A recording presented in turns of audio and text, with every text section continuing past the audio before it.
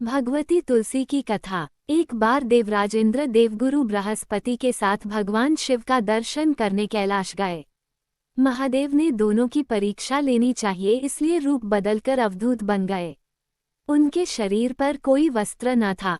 उनका शरीर जलती हुई अग्नि के समान धधक रहा था और अत्यंत भयंकर नजर आते थे। अवधूत दोनों के रास्ते में खड़े हो गए। इंद्र ने एक विचित्र पुरुष को रास्ते में खड़े देखा तो चौंके।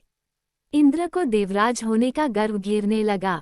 उन्होंने उस भयंकर पुरुष से पूछा, तुम कौन हो? भगवान शिव अभी कैलाश पर विराज रहे हैं या कहीं भ्रमण पर हैं? मैं उनके दर्शन के लिए आया हूँ। इंद्र ने कई प्रश्न किए, लेकिन वो पुरुष योगियों के समान मौन ही रहे। इंद्र को लगा कि एक साधारण प्राणी उनका अपमान कर रहा है। उनके मन में देवराज होने का अहंकार उपजा, जो क्रोध में बदल गया। इंद्र ने कहा, मेरे बार बार अनुरोध पर भी तू कुछ नहीं बोलकर मेरा अपमान कर रहा है। मैं तुझे अभी दंड देता हूँ। ऐसा कहकर इंद्र ने वज्र उठा लिया। भगवान शिव ने वज्र को उसी समय स्तंभित यानी जड़ कर दिया। इंद्र की बांह अकड़ गई। भगवान अवधूत क्रोध से लाल हो गए। बृहस्पति उनके चेहरे पर आई क्रोध की ज्वाला को देखकर समझ गए कि ऐसा प्रचंड स्वरूप महादेव के अतिरिक्त किसी का नहीं हो सकता। बृहस्पति शिवस्तुति गाने लगे। उन्होंने इंद्र को भी महादेव के चरणों में लेटा दिया और बोले, प्रभु इंद्र आपके चरणों में पड़े हैं, आपके शरणागत हैं।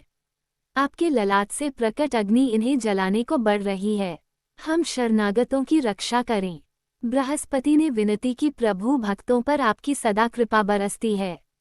आप भक्त वत्सल और सर्वसमर्थ हैं। आप इस तेज को कहीं और स्थान दे दीजिए ताकि इंद्र के प्राणों की रक्षा हो। भगवान रुद्र ने कहा, बृहस्पति मैं तुम पर बहुत प्रसन्न हूँ। इंद्र को जीवनदान देने के कारण तुम्हारा एक नाम जीव भी होगा। मेरे तीसरे नेत्र से प्रकट इस अग्नि का ताप देवता सहन नहीं कर सकते, इसलिए मैं इसको बहुत दूर छोड़ूंगा। महादेव ने उस तेज को हाथ में धारण कर समुद्र में फेंक दिया। वहां फेंके जाते ही भगवान शिव का वह तेज तत्काल एक बालक के रूप में परिवर्तित हो गया। सिंधु से उद्भव होने के कारण उसका नाम सिंधुपुत्र जलंधर प्रसिद्ध हुआ। जलंधर जिसका नाम शंखचूड़ भी हुआ, शिव के तेज से उत्पन्न हुआ था, इस कारण परम शक्तियों से संपन्न था। वह देवों से भी ज्यादा शक्तिवान था। वह उस तेज से पैदा हुआ था जो इंद्र को समाप्त करने वाला था, इसलिए असुरों ने उसे अपना राज बनाया। अवधूत रूप में ये लीला करने के बाद महादेव अंतर्धान हो गए। इंद्र के गर्व का भंजन भी हुआ, भगवान के दर्शन भी हो गए। तुलसी से जुड़ी एक कथा बहुत प्रचलित है। श्रीमद् देवी भागवत पुराण में इनके अवतरण की दिव्य लीला कथा भी बनाई गई है।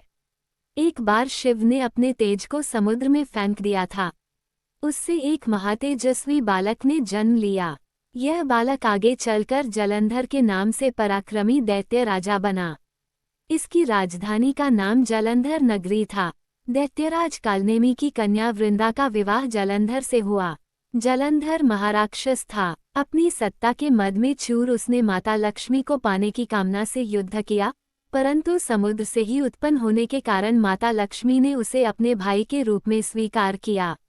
वहां से पराजित होकर वह देवी पार्वती को पाने की लालसा से कैलाश पर्वत पर गया। भगवान देवाधिदेव शिव का ही रूप धरकर माता पार्वती के समीप गया, परंतु मां ने अपने योगबल से उसे तुरंत पहचान लिया तथा वहां से अंतर्ध्यान हो गईं। देवी पार्वती ने क्रुद्ध होकर सारा वृतांत भगवान विष्णु को सुनाया। जलंधर की पत्नी वृंदा अत्यंत पतिव्रता स्त्री थी। उसी के पतिव्रत धर्म की शक्ति से जलंधर न तो मारा जाता था और न ही पराजित होता था। इसलिए जलंधर का नाश करने के लिए वृंदा के पतिव्रत धर्म को भंग करना बहुत जरूरी था। इसी कारण भगवान विष्णु ऋषि का वेश धारण कर वन में जा पहुँचे, जहाँ वृंदा अकेली भ्रमण कर रही थीं। भगवान के साथ दो मायावी राक्षस भी थे, जिन्हें देखकर वृंदा भयभीत हो गईं। ऋषि ने वृंदा के सामने पल में दोनों को भस्म कर दिया। उनकी शक्ति देखकर वृंदा ने कैलाश पर्वत पर महादेव के साथ युद्ध कर रहे अपने पति जलंधर के बारे में पूछा। ऋषि ने अपने माया जाल से दो वानर प्रकट किए। एक वानर के हाथ में जलंधर का सिर था तथा दूसरे के हाथ में धड़। अपने पति की ये दशा देखकर वृंदा मूर्छित होकर गिर पड़ी। होश में आने पर उन्होंने ऋषि रूपी भगवान से विनती की कि वो उसके पति को जीवित करें। भगवान ने अपनी माया से पुनः जलंधर का सिर धड़ से जोड़ दिया, परंतु स्वयं भी वह उसी शरीर में प्रवेश कर गए। वृंदा को इस छल का जरा आभास न हुआ। जलंधर बने भगवान के साथ वृंदा पतिव्रता का व्यवहार करने लगी, जिससे उसका सतीत्व भंग हो गया। ऐसा होते ही वृंदा का पति जलंधर युद्ध में हार गया। इस सारी लीला का जब वृंदा को पता चला तो उसने क्रुद्ध होकर भगवान विष्णु को शिला होने का श्राप दे दिया तथा स्वयं सती हो गईं। जहाँ वृंदा भस्म हुई वहाँ तुलसी का पौधा उगा। भगवान विष्णु ने वृंदा से कहा, हे वृंदा, तुम अपने सतीत्व के कारण मुझे लक्ष्मी से भी अधिक प्रिय हो गई हो। अब तुम तुलसी के रूप में सदा मेरे साथ रहोगी।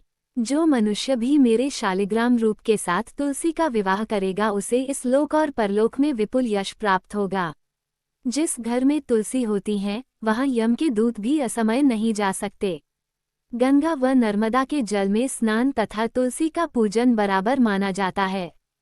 चाहे मनुष्य कितना भी पापी क्यों न हो, मृत्यु के समय जिसके प्राण मंजरी रहित तुलसी और गंगा जल मुख में रखकर निकल जाते हैं, वो पापों से मुक्त होकर वैकुंठ धाम को प्राप्त होता है। जो मनुष्य तुलसी व आंवलों की छाया में अपने पितरों का श्राद्ध करता है, उसके पितर मोक्ष को प्राप्त हो जाते हैं। उसी दैत्य जलंधर की यह भूमि जलंधर नाम से विख्यात है। सती वृंदा का मंदिर मोहल्ला कोट किशनचंद में स्थित है। कहते हैं इस स्थान पर एक प्राचीन गुफा थी जो सीधी हरिद्वार तक जाती थी।